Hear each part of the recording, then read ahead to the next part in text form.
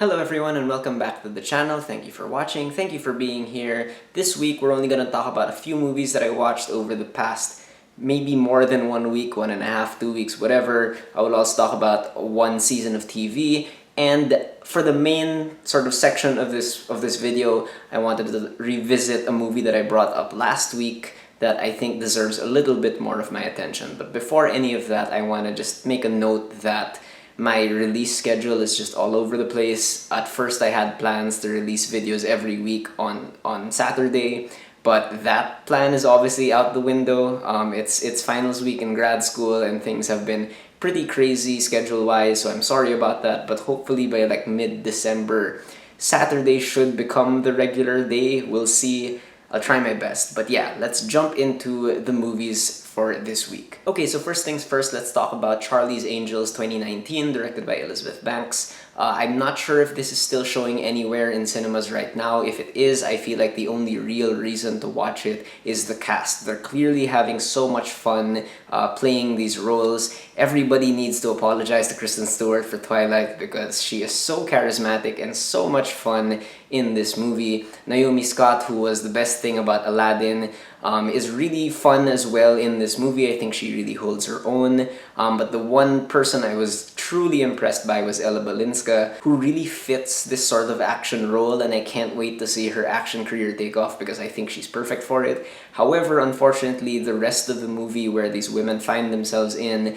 just is not very good, in my opinion. I know that Charlie's Angels has never really taken itself that seriously, but the plot in this movie is so ludicrous that I think it sort of loses its own stakes. I think that things happen in this movie not because the angels are necessarily talented or skilled or competent, but it's just like random things happen to progress the plot. And like, none of the action is particularly impressive. I think that whatever tone of dark comedy they're going for just doesn't land most of the time, so a lot of the humor can come off very uncomfortable. So yeah, I just didn't like the movie all that much. But if you want to talk about a movie that is really great from the past week or week and a half or so, let's talk about Ford versus Ferrari, directed by James Mangold. First of all, going into this, don't expect like the most even-handed script in terms of how the story sort of fleshes out different characters on either side of this sort of rivalry. But the stuff that's there, like the detail that's there about the behind-the-scenes goings-on of the racing world, I find incredibly fascinating. Like, as someone who isn't really interested in cars or racing and has no plans to be interested in that kind of stuff, I just found it fascinating just how much work goes into preparing for a race before you even, get approved to be in that race. There's so much planning, there's so much sort of engineering that goes on, so much practice, and lots of branding as well, and negotiations with the people who own the brands to really just sort of get you onto the track. I thought that was all really cool. And I was pleasantly surprised to see that this movie is also like a really strong sort of performance piece. Like, Matt Damon is really good in a role that isn't very like movie star-ish. It's great to see like someone of his sort of A-list caliber put into a role that really lets him show off more of his more subtle acting, I suppose. Like, it doesn't put him front and center. Matt Damon's character doesn't actually do a whole lot of the racing in the film, and I thought that just gave him an opportunity to show off like some more stuff that we haven't really seen from him in a while.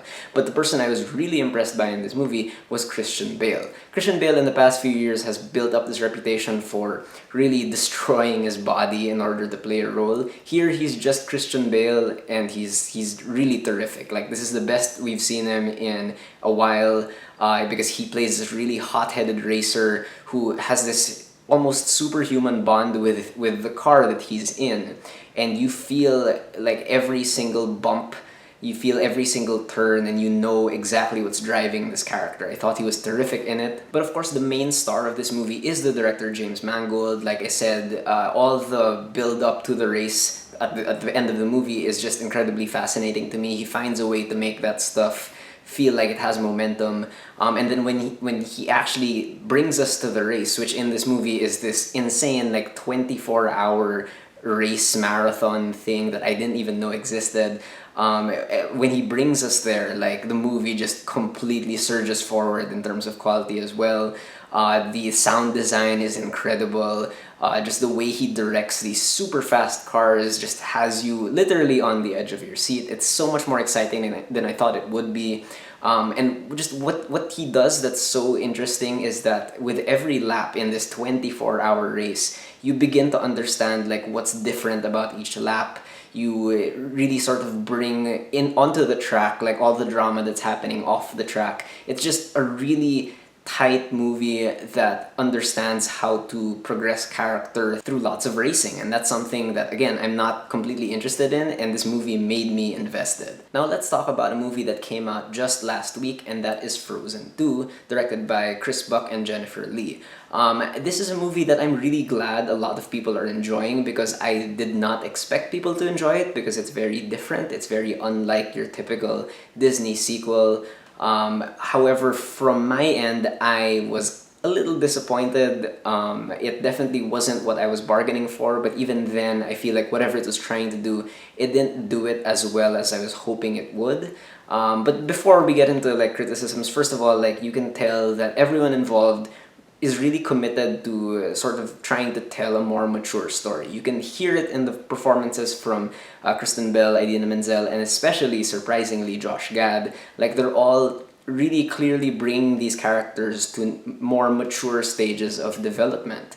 And that's pretty rare for an animated comedy musical thing where, especially a sequel, where the characters tend to stay the same from beginning to end. Here, you really feel their sort of maturity growing. My issue with the movie, well, my issues really just center around the fact that I feel like this movie did not have the time or the space to tell the story that it wanted. This movie is only like 100 minutes long, and it spends so much of that time really not progressing plot or character forward, in my opinion. In fact, I found the plotting really tedious, which I feel like is sort of a rare critique from me, because I would prefer it if more movies actually took their time and you know, weren't afraid of being slow. Here, I feel like they just did it in a way that I don't think really helped with the story.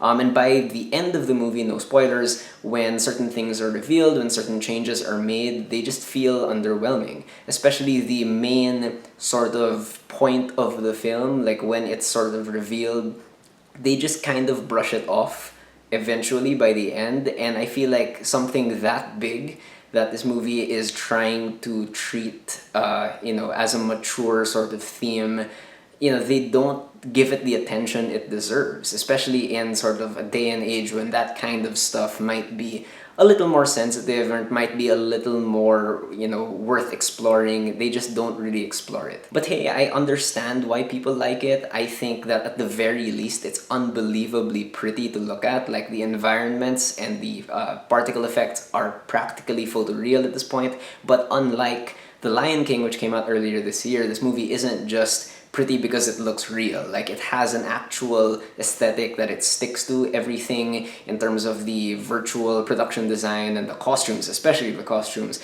like, they all make sense aesthetically, and it's just an endless sort of joy to look at.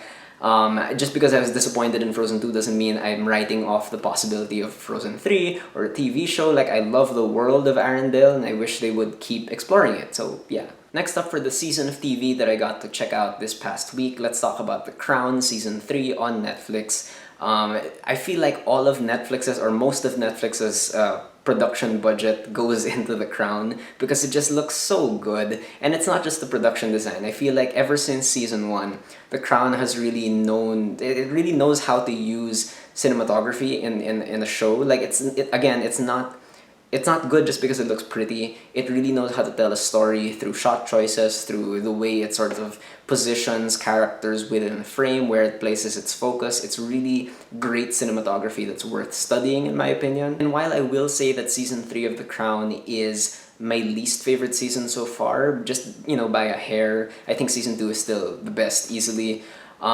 Season 3 still has a number of standalone stories that I think are among the best that The Crown has ever done. The best of these episodes being the third episode, Abervan, which is just, it's almost like a little short film that is so emotional and so well acted by Olivia Colman, and just really reveals sort of like this new side to Elizabeth that we hadn't really seen before. But apart from that episode, I really love the episode Moondust, which really centers on Philip.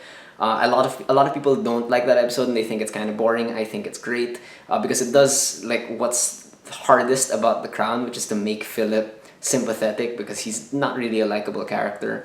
And then you also have Prince Charles's own episode where he it's sort of like the King's Speech, where he goes to Wales to learn the language, and that is just incredibly well done, and it has a fantastic haunting final shot. And all of these stories really serve really come together to tell like one cohesive sort of theme about how, especially in this modern age, royalty has sort of become antiquated, and it's not like the presence of a king or a queen is not as meaningful arguably today as it may have been before. And if this sort of thing is going to continue, maybe we have to start treating these people more like human beings and allow them to express their humanity, because their actions directly affect the common people and the working class and whatnot. So it's just this whole mess that I think The Crown really delves into very well. And of course, the new cast rises to the occasion. You have Olivia Colman playing Elizabeth. You have Tobias Menzies, who is great,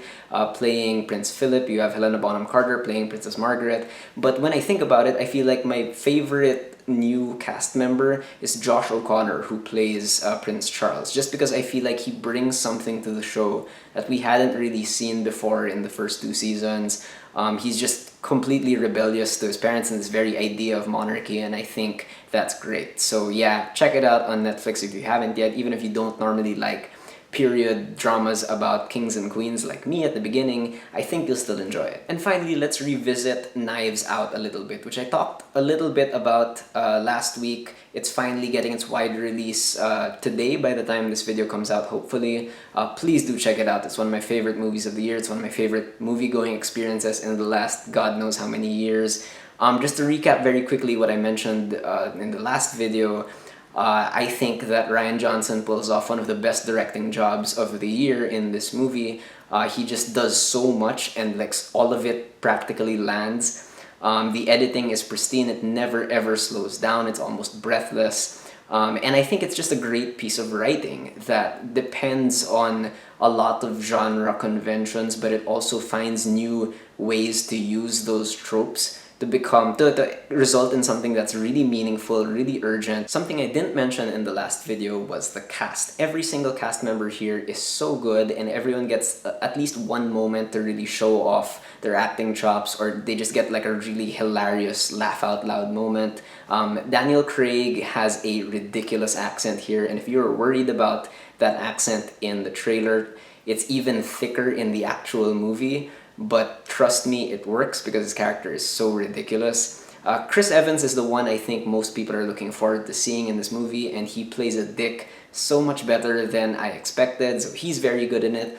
But there are just so many people in this movie, and I hope none of them get lost in the shuffle, because they really all are so superb in this movie. You know, you have Jamie Lee Curtis, you have Toni Collette, who's really funny, you have Michael Shannon, who's always great, Christopher Plummer, Lakeith Stanfield, who's playing one of the detectives investigating the murder mystery at the core of this. But the person I hope people pay more attention to after this movie is Ana de Armas, who is really playing it straight compared to the rest of the actors here, but it's because of her that the other performances gain weight and gain significance, so I think she's really great in it. Now, like I mentioned, Knives Out really sticks to the formula of the whodunit that's inspired by like Agatha Christie and lots of other like whodunit writers in the past, but it also plays around with these tropes as well. Which is not to say that inherently this movie is better because it doesn't necessarily stick to the tropes 100%. I think it's completely fine if a movie is just, quote-unquote, just a genre exercise, and if like the point of that movie is to just, experiment with the tropes at hand. I think that's fine, but I think when a movie like Knives Out is able to really find a new purpose for this kind of story and bring it into the present, I feel like that's when the movie really deserves people's attention. It might not be better or worse for some people, but I just think it's really worth considering. And lately, I feel like the phrase subverting expectations has become sort of like a buzzword or a buzz phrase for some people, especially after like Star Wars: The Last Jedi or the final season of Game of Thrones. Like, people have sort of become resistant to this idea that a story like revolves around the idea of upending a certain established norms within these pieces of fiction. Me personally, I have nothing against subverting expectations. Of course, if it's done in a lazy or a clunky way, it's bad. But when I think about it, I really do believe that every single writer ever, no matter what genre they're working in, is trying to some extent to surprise the audience or the reader. To me, where I'm coming from is that so long as the changes that the writer makes to the story, so long as those changes make sense within the world they've created, as long as they make something that's more thematically rich, I'm all for it. So, this is not a space in which we need to debate about Last Jedi because that movie came out so long ago and no one's mind is going to change at this point. But me personally, like, I love that movie because I feel like the changes that were made, or at least the little modifications, like I was able to buy into. Like, that's really all it was, and I thought it made for a more interesting film. Anyway, all this to say, please do catch Knives Out when it's out in cinemas. Specifically, I feel like you should watch it with friends who know when to listen to a film, aka like 99% of the film, and who also know when to react and to just like have fun with the reactions, because that's what this movie is. Like, it really rewards your patience. It tests the limits of how much suspense you can take before a reveal or before like a new twist. It's so much fun in the cinema, and like it's just such a rewarding experience that I hope whoever you are, no matter how you feel about Rian Johnson's previous work, please give this one a chance. Like, it's just such a good film.